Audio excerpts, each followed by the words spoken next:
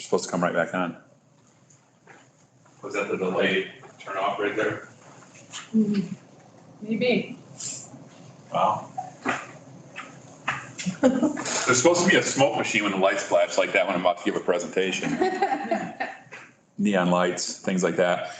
All right, so this ETD session is going to focus on mastering the mastery of Canvas. What that means is we're going to be talking about things like establishing the outcomes and where they come from. You can create your own and where you can pull them from, because you don't always have to create your own. How to use rubrics in your courses and in your different course items. Rubrics are not something that only can be applied to assignments. You can add them to other course items as well. And also taking a look at the Mastery Learning Gradebook and MasteryPaths. So a whole lot of mastering going on, and hopefully you will be wizards or masters at the end of this session. At any point, if you have any questions, let me know. It is going to be recorded, or it is recorded. So you can review this if you would like. But we're just going to dive right into the different course, or the different goals for today. Understanding how to create and where to access course outcomes, how to build a rubric, and using criteria, both criteria and outcomes, because there's two different types of items that you can add to a rubric, and understand the different features. Heather, you made the lights flash. You got the power. Being able to put Learning Mastery Gradebook to use in your course. I think that this is a very underutilized tool that we have available with our courses, especially as we put a lot of focus on assessment, and from both course assessment and a program assessment piece, and also how to use MasteryPaths as kind of a bookend to this session. So we're going to dive right in, and the first thing we're going to focus on, if my presentation will move forward, is outcomes. All right, and we're going to talk about different ways that you can establish outcomes, where those outcomes are stored, and how you can get them in front of your students to assess your students. Now, some of you might already be using outcomes, and that's great. If not, and even if you are, we're going to point out some different tools and features available to you. So first things first, I know there's a lot of terminology fluctuation here, but outcomes in this case essentially equal goals. All right. So just if you wrap your mind around it, outcomes is Canvas's version of goals, or course goals. Now there's two different types of the outcome tool in Canvas. We're going to be using what is called the improved outcomes management. Now that doesn't mean a whole lot for you today, but just so we have the terminology correct as we cruise through this. There's two different places that we can establish these outcomes. We can establish them on the admin level, or the institution level in Canvas, meaning a few years ago, Amber Jade Rain pulled all of our different course goals into Canvas for us. Now those need to be kind of looked at again and redone. But that is ideally where we are going to store all our different course goals. If there are additional goals that you would like to add to your course, or outcomes as Canvas calls it, you can add those at the course level. So if that's not something that's going to be shared from section to section, maybe it's just an individual little learning goal that you like to add to your course, you can certainly add those at the course level as well. And so we're going to dive into the different types and what they mean. On a course level, you can obviously create your own, and you can set what the mastery level is going to be. So if you think of on a scale of 1 to 5, you could set the mastery at 3. So a student must achieve a 3 or higher, and that is mastery. Okay.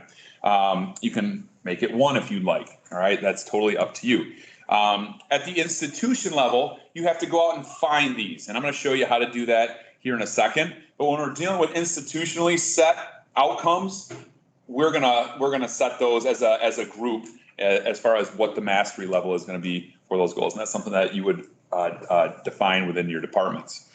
At the course level and at the institution level, you can create what are called outcome groups. So you can create groups based on the different goals or outcomes that you have within your courses. I'll be showing you that. And at the course level, you can also remove those outcomes, and you can't do that at the institution level, but the outcome reporting is very robust, and we can pull outcome reports across different courses.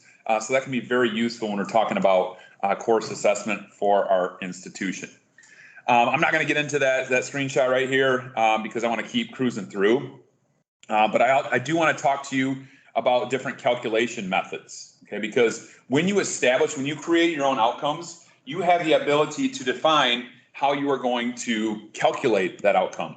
And for some of you, this doesn't really matter, but there's about 5 different outcome calculation methods. The first one's called decaying average.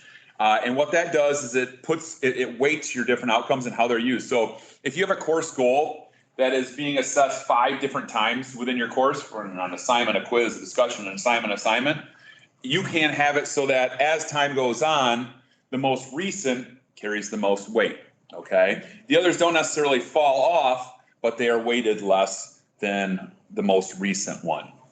There's also the n number of times. So must achieve mastery at least 5 times. So if you have that goal lined up with 6 different things, they have to hit that mastery level no less than 5 times in order to exhibit mastery on something that's pulled into. Hi, Dean. Sorry, I got one off. Oh, you're all good. I remarked you tardy. Yeah. There's also the most recent. So it's going to only look at what that outcome is applied to as the most recent item. So they took 4 assignments that it was applied to. The most recent assignment is going to be the score that it looks at. And there's also the highest score. So you assess it 5 times, they're just going to pull the highest score. That's pretty cut and dry, pretty simple and to the point. And lastly, they can average all of them. Now, Michelle, we've talked about this before, and it doesn't quite have the ability to do what you want it to do. Can you tell us what you want?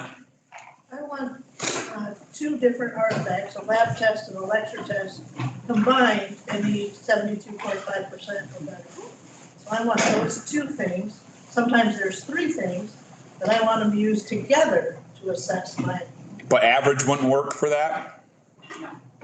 Not for me. No, not for you either.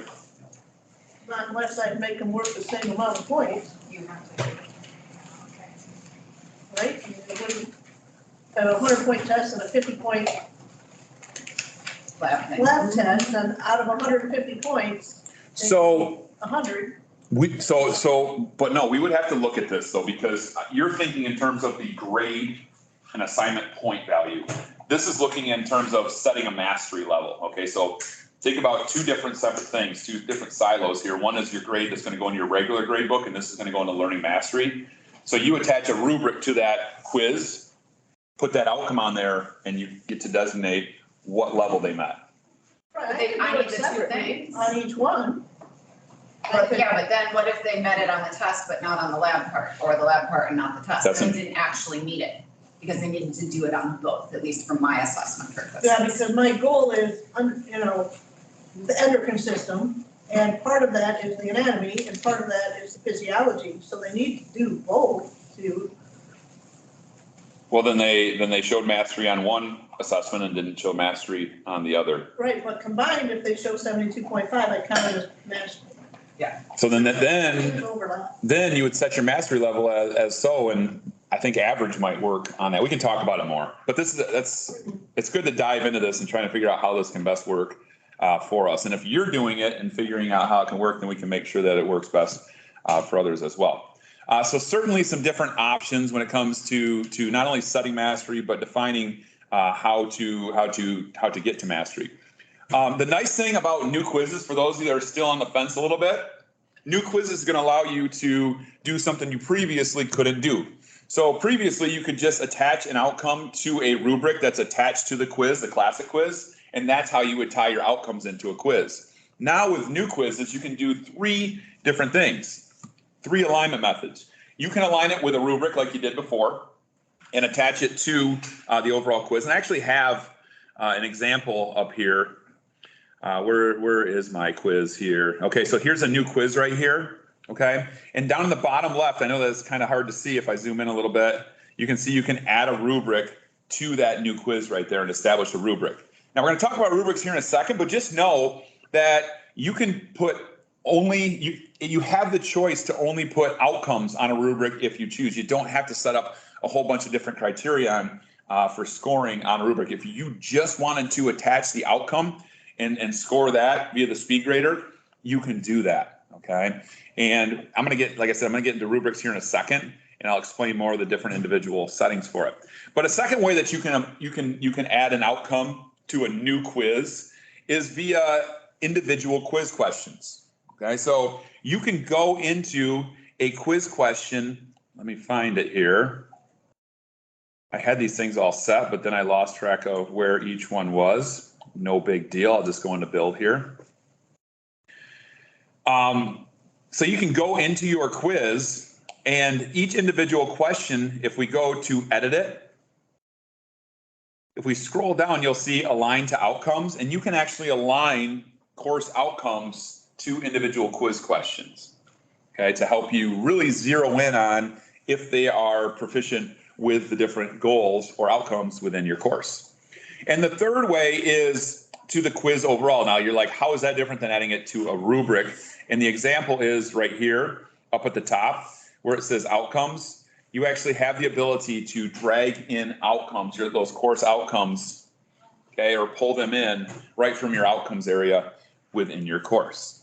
Can you put more than one outcome per question? Yeah. Yep, you can do that. So there's a lot more flexibility in terms of your outcomes and how they're aligned. Now I just want to bump back quickly to the outcomes area.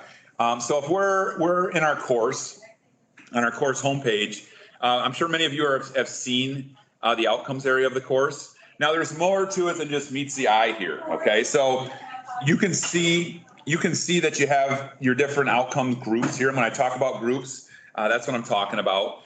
And when you establish a group, that doesn't actually establish an outcome. Okay, to actually establish an outcome, like I talked about, you click on create over here, and you can go ahead and name it. Now, most times you're gonna have a very simple name like outcome 1 or goal 1 or whatever it is. The friendly name is something that makes a whole lot more sense. Learn how to tie your shoe. All right, that kind of makes more sense to the user because students are going to be able to see these as well, which I'll show you here. You can add a greater description like students will learn how to tie their shoe in the first 6 weeks of the class. All right, and then obviously there's more. Now, when we talk about the rating, you can adjust how that outcome is scored. And when you're creating these for yourself, you also get to set that mastery level right there.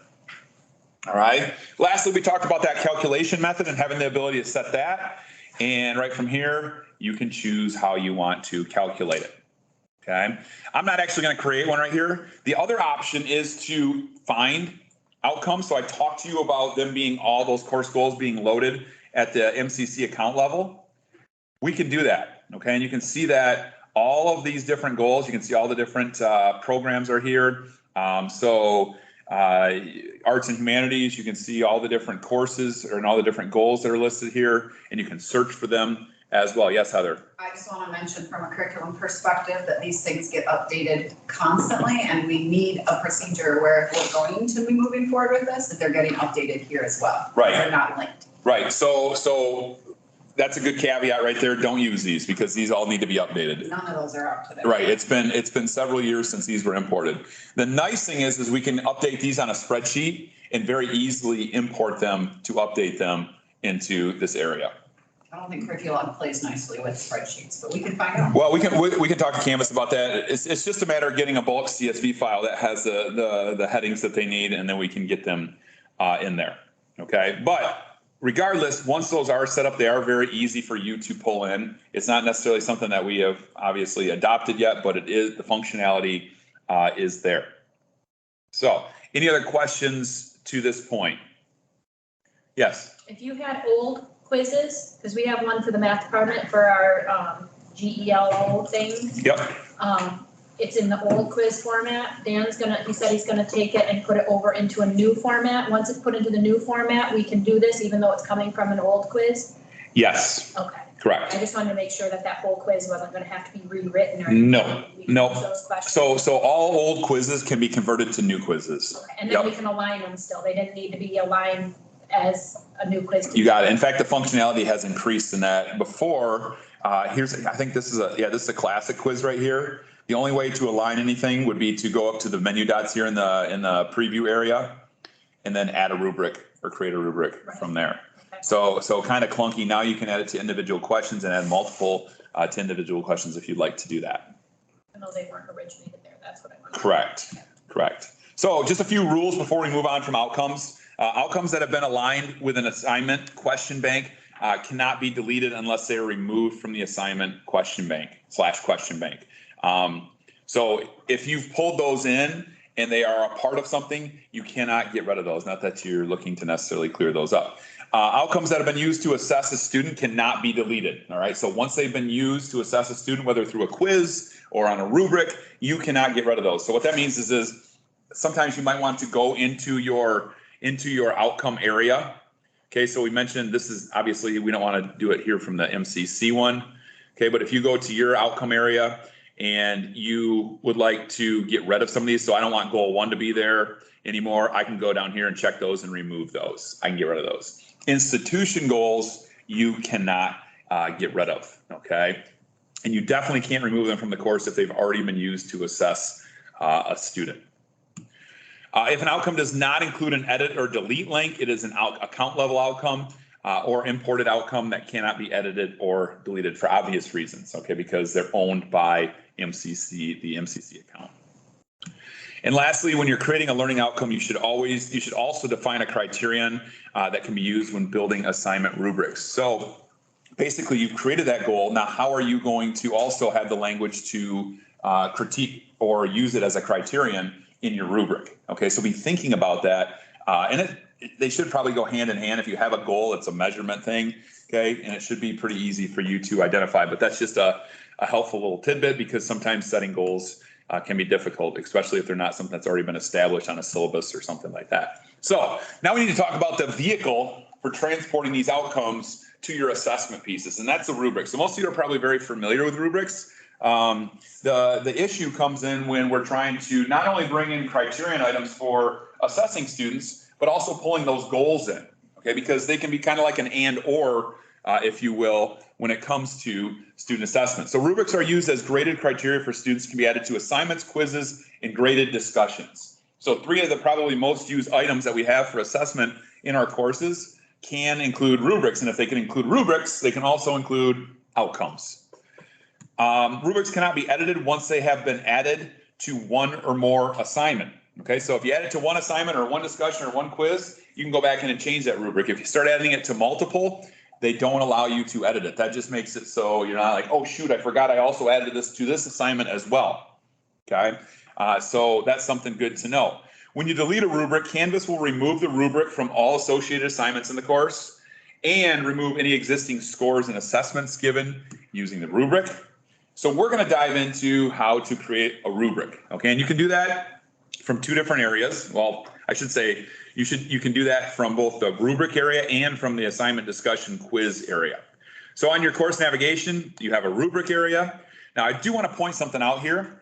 If you go to add the rubric, you're going to notice that it's pretty basic and straightforward, this area right here. Okay. It literally only has things like, do you want to add a new criterion or do you want to add one of those outcomes that we've added?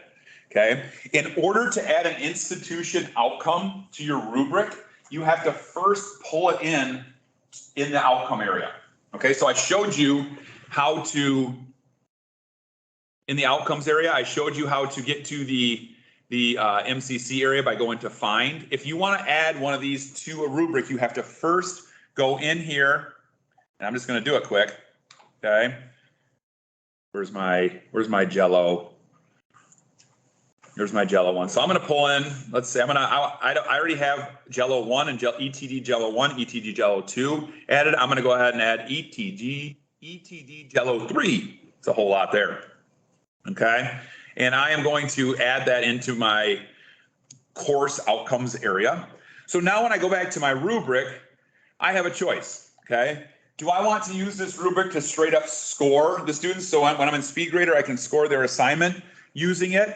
Or do I just want to use it as an outcomes? Even if you use it as something to score outcomes, it can still be a scoring rubric. Now, here's where you might get confused is I'm adding this right now. I'm creating this rubric right now from the rubric area of the course. And you're going to notice the difference. Like we don't have a lot of the settings that we had because those settings are controlled by assignment. Okay. Here, we're just building the rubric, criterion and outcomes. If we go into our assignment area, so here we go. Here's assignment 1.3. It does not have a rubric yet. If I go to add it, you can see that we have those things that we saw before, plus a bunch of different checkboxes that are specific to the assignment scoring. Okay, so that's very important because you might go in to create a rubric in the rubric area and you're like, Kevin, I don't have the ability to remove the points from the rubric. Okay, so if I want to use this rubric simply to score the outcomes, I can remove all the points from it. All right. If I want to have it be a non-scoring rubric, that's what I do. And there's some instructors here that use, just for feedback purposes, non-scoring rubrics. All right. We can also make it so that we don't post the outcome results to the Learning Mastery Gradebook. I don't know that we'd see that very often, but if you want to, you could do that. So, like I said before, there's two different types of items. You can add the criterion, which you're probably more used to when it comes to rubrics, the criterion. If there's already a criterion that you've added, it will show it down below here, so you can add duplicate, kind of like speed up the process. For this one though, I'm only going to stick to adding outcomes to it. So I want to add an outcome. So look at that. I can find all the outcomes that I've added to my course. Okay. I want that new Jello that I added though, that ETD Jello 3 that I just pulled in. I'm going to add it to this rubric, and that's the only thing that I'm going to add to this rubric because I just want to score it on that Jello. Okay. One thing that I haven't mentioned yet.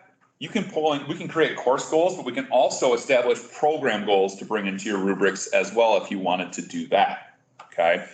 We would just create a new group for the program goals, put them all in there based on what program they're a part of, and just like that, everyone would have access to them. So you'll notice there's a checkbox before I go to add this in here, okay? I like to uncheck this because I don't want to use this for criterion scoring. I just want to use it to assess whether a goal was met in the course. I don't want it to go into the actual grade book. I want to grade it differently for that. Okay. So I go ahead and I uncheck that and I hit import. And you're going to see now that I have that in there. Now this still has that criterion line. I just hit this trash can and get rid of it.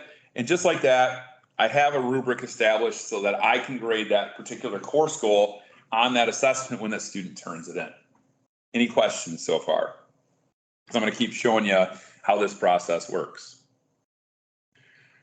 So just to make sure that I'm still on track, I talked to you about importing outcomes, some of the settings, and we're going to take a peek at what it looks like in the speed grader. And then you also do have the ability to edit the rubric, but after you start scoring students using the rubric, that goes away. Some negatives about the rubrics is students can't create rubrics. Okay, so even if you're using them for like peer review for groups, you're going to have to establish those rubrics for your students to use. And rubrics cannot easily be shared. That kind of stinks as well. Although you could have me do a course copy and bring in your rubrics, it's not something where you can use like the copy to and the share to like you can with assignments and things like that. So that part kind of stinks as well. I'm not sure what's on the timeline in terms of functionality for that. So I showed you how to create a rubric and add that outcome. And now I want to talk about the actual tracking of it, because the Learning Mastery Gradebook is a really cool tool that we have available in Canvas in the grades area. And I want to show you what that looks like. So first things first, the Learning Mastery Gradebook helps instructors and admins assess the outcomes that we have in place. And it's directly used within each one of your Canvas courses. It's also going to help from an institution level for us to see how different course goals or outcomes or even program goals are being assessed. Okay, so if we can find that this works for us in our different program assessments and course assessments and things like that, it can be a very helpful tool to pull data that we're already probably keeping in some other way and using Canvas to do that. So let's take a look quick at that Learning Mastery Gradebook. You can find it from your grades area. And mine went right to it because I have been accessing it, but in most cases, you'll probably arrive right here at your regular old gradebook. Now, I'm not giving away any sort of student grades, FERPA issues, anything like this. These are all test users. That's my disclosure. But to get to the Learning Mastery Gradebook, you click on the down arrow next to Gradebook, you go to Learning Mastery, and boom, there it is right there. Okay? And so you can see the different outcomes or goals that you have in your course. And you can see that every single one that I pulled in will show up here, and that's annoying. All right. And you're like, I can remedy this by dragging these just like I can in the regular gradebook. But the fact of the matter is when you refresh again, it goes back to normal. But there is this little checkbox that they added over here on the right, hide outcomes with no results. That's just a perfect solution for kind of fighting through all those useless outcomes that aren't being scored at that time. So you can see I brought in one particular course item, it's outcome A, but I've also brought in two different jellos to make it more applicable to you from a program assessment standpoint. And you can see this takes a look at how students are meeting those goals that have been aligned with rubrics or other course assessment items in our course. All right, and it gives us a really quick view of how they're doing and what we might have to kind of zero in on in what we are teaching, what we're covering for our different students. And if you want to get an even more in-depth look, you just hover over a column header and it will give you a breakdown, a pie chart, and show you more like the calculation method and things like that. For reporting purposes, we can also take this and export it into CSV or spreadsheet form so that we can pass them along to department heads or Vlad or whoever it is that needs this data, and we can get rid of, so maybe, hey, they don't need outcome A, we can just delete that column off the spreadsheet. But we can really track our different students in our courses in terms of how we're doing, okay? And there's some different sorting items. If you click on those, it'll resort it based on how students are doing. We can view it by course average, course median, and so there's some different options there, okay? Now, as far as like how this actually looks from a scoring standpoint, so I did create that rubric for assignment 1.3. So if I go to a student view, and let me go to that module quick, or that assignment 1.3. The nice thing about this is when you add a rubric, your student in that assignment is going to be able to see your rubric and what criteria that you have there and any outcomes that you've applied. And so when they go to submit the assignment, now I don't think I did a good job of setting the proper due date. So let me quickly take a look at that because I want the student to submit something. Submitting nothing, that's a key element to the assignment design right there. We want them to submit a file. There we go, and it's worth 30 points. Make sure my due dates are good. Good, there is not a due date. Now we should be in business. So if we refresh that, now the student should be able to submit it. Okay, let me go ahead and find a example document. Here we go, and they can just submit. They'll submit a marketing plan. How's that sound, Elizabeth? And Elizabeth's here virtually. I'm not losing my mind. You can probably see her there. Okay. So there we go. The student submitted it. Now I cruise on into the speed grader. Okay. I can then view the rubric. You can see that the rubric just has the one item on there. I go through, I obviously spend a whole lot more time breaking that down, but I've decided that that student is going to get a 2. They're just near mastery. We go ahead and save that. Okay, I would give any other feedback as well. They got about a 15. I don't actually have to do that though for this example. But if I pop back to that Learning Mastery Gradebook, go to grades. See, I get too many tabs open. I think it's right there. And I refresh this. You're going to see that I added that third jello there. And you can see that Maryland student is now sitting at a 2 out of 3, which is near mastery. And it's color coded and easy for us to kind of take a quick look at where our students are in relation to the different course or program goals that we have established for us. Okay. Any questions on learning mastery? Okay, this is going back a little bit, but you said something about copying them over, because like, again, Dan's gonna make this quiz for the GELOs, and then we're all gonna use it in our math classes. So if he creates this quiz and has all the outcomes hooked to it and everything, he can't share it to all of us and have it work, or he can? I believe he can, yeah. Okay, maybe I misheard. And even if he can't, we can easily get those outcomes in there very easily, and they're pretty simple to attach to that. And they're all going to flow to the same point. So you might have 4 different quizzes, but you pull in that one outcome to each one of those 4 quizzes is all going to flow back to that outcome data. So we can actually pull an institutional outcome report on all of our different outcomes. So that's why it's best to have them at the institution level, even though we're going to have to do a lot more upkeep with them. But that way they're more standardized so that you pull them into your section, Dan pulls them into his section, Katie pulls them into her section, and then they all flow back for outcome reporting data, just like to that one spot. When you say Now, but the nice thing too is when they flow back to that one spot, it's going to be like 01, section 02, section 03. So we can still zero in on those different items, but it's all kind of one dashboard, if you will. So, yeah, any other questions on that? All right, so the last thing, I think, let me get back to this PowerPoint here. The last thing that I want oh, and from a student perspective, this is important too. Students can actually, from their grade book, they can see the learning mastery breakdown. So this is a student grade book right here that they're used to seeing, super small, super small. Let me get it a little larger there. Okay, so this is what students see when they go into the grade book. They see line by line. They don't see that table like you're used to seeing, okay, which makes sense. It's more like a grade report. But these tabs are kind of hard to see, but there's actually a learning mastery tab. If you're using this, students can see their mastering of your different course goals or program goals that you've pulled into your courses. Okay, so you can see that this new Jello group that I added, okay, that I was scoring with, back to here, Jello 1, Jello 2, Jello 3. Here, let me rearrange these to make more sense. Okay, this student Marilyn here, you can see that they can see how many different alignments that they have of that particular outcome and how they have done on those. So they know, they can see, hey, I mastered the course goals. So at the beginning of the term, when you're going over your syllabus and talking about all your course goals, okay, they can actually visualize that they are meeting those course goals, okay, and exactly where those alignments are. So if they click on this check down right here, okay, they can see that that first goal was on assignment 1.1, and they can see how they were scored on. All right. So, hey, Maryland student, how did you do in ETD mastery course? I met all the course goals. Boom, there they are right there. Okay, so we're really visualizing the fact that, hey, students, we have goals in this course, and you're meeting those goals versus I got an A, right? Now, obviously, an A, if done right, should line up with all those items, but this kind of really puts it into a way that they can see that they're meeting those goals that they set out to achieve. So that's pretty much everything in terms of like goals and rubrics.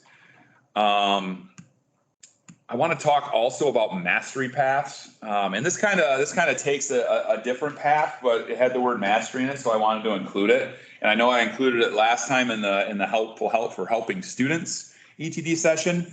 But in terms of like personalization of our courses and giving students other options in terms of the projects or the work that they do in course, and meeting items like Universal Design for Learning UDL, MasteryPaths is awesome. And if you're here, if you're listening today, I encourage you to try to put a mastery path into your course or courses. It obviously doesn't have to be something robust, but just something to allow students to venture down that path. So mastery paths are going to allow you to customize learning experience based on performance.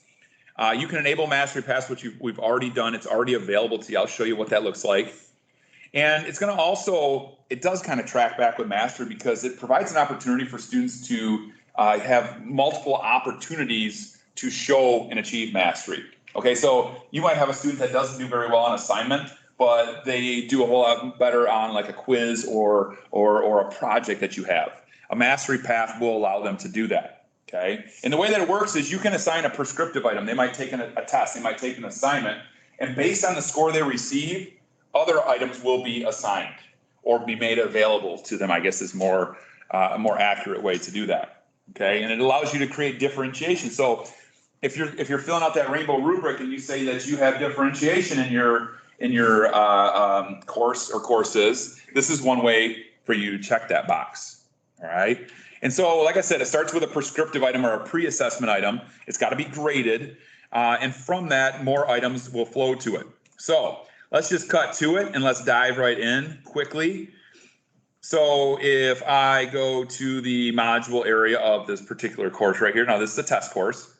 You can see in module 1, there is assignment 1.1 that's labeled MasteryPaths. And underneath that, you're going to see that there are a few additional items that are within a particular range. What's up, Dan? Every time somebody walks in, that lights through. That might be. Not just every time. Well, I think it has been though. My classroom flashed all morning. Well, you should get like a dry ice machine that's neon lights. Yeah. The light switches don't work. So let's say the first item within your module you want to establish as a prescriptive item or a pre-assessment item, okay? Hey, did you see my email that I sent out on how to embed Canvas guides into your different, I can't tell you how many times instructors have said like, hey, these students don't know how to do this for this particular assignment. You can actually go find a guide that is specific. So like students for like the first assignment, they don't know how to upload a file assignment. You can embed the guide for how to do that right within your assignment instructions. Rainbow rubrics. Yeah, good idea. It's amazing to me how. Practice what you preach, Kevin. I don't know how to submit a file. It's amazing. Yeah. Most of the instructors. But here's the cool thing too, like when you do this, you can actually play the videos right within the instructions on how to do that. So that's pretty cool.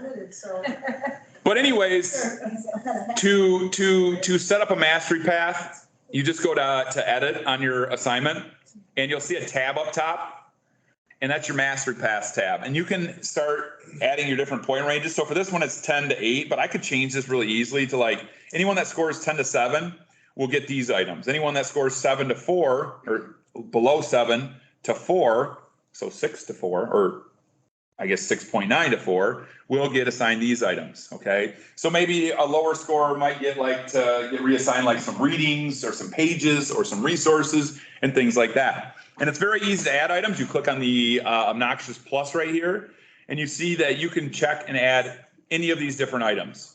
If you have a ton of different course items and you're like, I know I want to add a quiz, you can just search for quizzes, check that box, and add it right in there. Now here's where you really got to dial in on the settings, because you'll notice you're like in that first line there's 2 boxes that are connected and there's another box that doesn't seem to be as connected. That's because you have the option to give students a choice. All right. If you click on that middle, you can say, hey, you can do this topic discussion or take this quiz or do this assignment. Or you can get rid of that and say, no, you're going to do the topic discussion and. Okay. Or you can get really fancy and say and or. So, but what does that look like for a student? So as a student, once they complete that first one, they get their score, obviously. So this student, Marilyn, received a 7 out of 10 on the prescriptive item. And because of that, these items became available, this choose assignment group, became available because of MasteryPaths, and that student gets to decide what they're going to do. So since the student already completed the assignment, I can't go back and retroactively change things. So you notice that I had 3 on the first line, okay? It's not going to update. So the student can say, hey, I'm going to do the practice exam. Boom, they go down that road. Or maybe they would prefer to do the portfolio example instead. They select that. It's up to them. That is when you set it to or, okay? If it was and, both of those items would show up for the students to do and they'd be assigned that, okay? So it's relatively straightforward to set up. Yes, it will mess up your overall points in your course. So if you're really concerned about total points and not just percentage of points, it will vary that. So that's something to be aware of if you have that regimented and down to a science, if you will. So just be aware of that. Now, I like to also use it not only as like supplemental, like, hey, you didn't do well, so here's some stuff to help you get on track, but also I'm sure all of you can think of students in your courses that begged for more and needed more because they're doing really well and your class is too easy, right, Dan? Always. So in that case, you can use it in a situation where you can really rise students up and give them more to push them further. I always like to be positive with this instead of just looking at the negative and the cheating and the stealing and stuff like that. In fact, when I present to students about, Canvas doesn't break, I try and put a positive spin on that so that they don't feel like I'm accusing them of potentially cheating in the future. I don't know. So just a few tips with this. You could evaluate student progress and add individual students to assignments as necessary that they can complete to improve their grade. You cannot add files, external URLs, and external tool module items to these MasteryPaths, which I think kind of stinks because there might be times where you want to say, hey, go check out this web resource or this web resource. If that happens, put those resources in a page, like a content page, and assign that for the students. Okay. If the same thing goes with files, like if you have a Word file or a OneDrive file that you want to share with the students, obviously you can't do that using either the external tool or the files option. Just put a link to it in a page, a content page, a resource page, and that will achieve what you're trying to do. If you would choose to include a page in MasteryPaths, the page will only be accessible from within MasteryPaths and not the course pages page, if that makes sense. And that's speaking from the student's perspective, not from you as an instructor. You'll still see it in the pages area because that's where it resides, but students won't be able to get to it. And it doesn't really matter because most of you probably hide pages from your navigation anyways, right? Okay, so that should already be covered. Last item before you can designate source assignments and conditional items for a MasteryPath. So source assignments is basically that prescriptive test or prescriptive assignment. And then conditional items are for non-science people, things that exist because of something happened. All course assignments and pages should be developed and added to modules as module items. And this is just a little tip right here. For those MasteryPath items that you do add to the modules, you can use the indent feature just to kind of make those stand out a little bit better. It's good for not just your students to recognize, but probably you as the instructor as well to better understand what might be a MasteryPath item. So there are some concerns, obviously, and I'm sure that if you put these to use, you'll have some concerns or some qualms as well. But when creating MasteryPath, source assignments and all differentiated course items should be created and differentiated items should be designated as conditional items before publishing the course. So if I walked you through my planning of this, I added some MasteryPath items after the students had already completed some of the prescriptive items or source items as they call it. They then don't show up for the student. So it's not like, oh shoot, I gotta add this quick. You're kind of lost. All right, so make sure that these things are planned out ahead of time and established as paths. If you are concerned about grade variances with point values, as I mentioned, you may want to review the conditional assignments assigned to each MasteryPath and try and balance out those grade totals. So if total points is an issue for you, maybe you have that as how your course is set up. Like I said, this is going to ruin that, okay, unless you put some pre-planning into it. Currently, MasteryPaths does not support association with outcomes. I hope that them listing that in the guides is kind of foreshadowing something, and that eventually we will be able to associate outcomes with particular pathways. I think that would be very cool. So that's pretty much all that I have. I know that that's kind of a humdinger, a whole lot of items thrown your way in a very short amount of time. I do this not to fully immerse you in it, but to kind of give you an idea of some ways that you can put it to use and the tools that are available and are out there. Obviously, for some of you, you're thinking that's going to totally change how I'm currently doing things, and that's okay if you don't want to go that route. But just know that they exist, and there are probably some ways that you can, get some more personalization and differentiation within your courses for your students. Maybe let them choose their pathways, stuff like that. I would love to see outcomes and maybe even course outcomes pulled into a rubric and just to test those and see how those work and what those look like. Not suggesting that you're all guinea pigs, but it would be cool to see if we can use these to track those course outcomes and even program outcomes as well. And I'd love to work with you on that. So thanks for coming. Does anybody have any questions? Yes, Heather. All right, so this is not my grumpy butt question, but for the outcomes and rubrics and all that stuff, can you tell me like your top 3 reasons why that is better than Excel spreadsheets? I export my gradebook, I have everything aligned to goals, it's all ready to go. Like, what does outcomes and rubrics help us with? Either me as an instructor, me as the department, us as the college? Yeah, I would say continuity of it all because in visualization. So a couple different ways of continuity is students being able to see exactly where they're aligned and understanding. So I think that there needs to be more connectiveness with goals. And obviously it's a right of course in that we go over those goals the first day. But how if I were to go talk to a student in a class, would they be able to identify exactly how goals are tied into what they're doing every day? My modules and tests are called goal 1, 2, and 3. Right. And I'm not calling you out or speaking to you. I'm just trying to see where But I think. I wouldn't spend any time on that. But I think from a course consistency across the board and making sure that we don't just talk about goals, we can actually visualize where these goals are established and how they're meeting their goals. And yeah, if you are labeling your assignments and your units goal 1, goal 2, it's pretty obvious then. Okay. But then at the same time, we have these tools in place that you don't have to do it tonight or even during this week or semester. But if we're slowly starting to put to use a Learning Mastery Gradebook, students can then visualize those goals a whole lot better and actually see like, oh, I didn't really do a very good job of meeting goal 1. And that's the basis of this course, these 4 goals. And I totally didn't even meet the first goal. That's bad. And other than just a letter grade.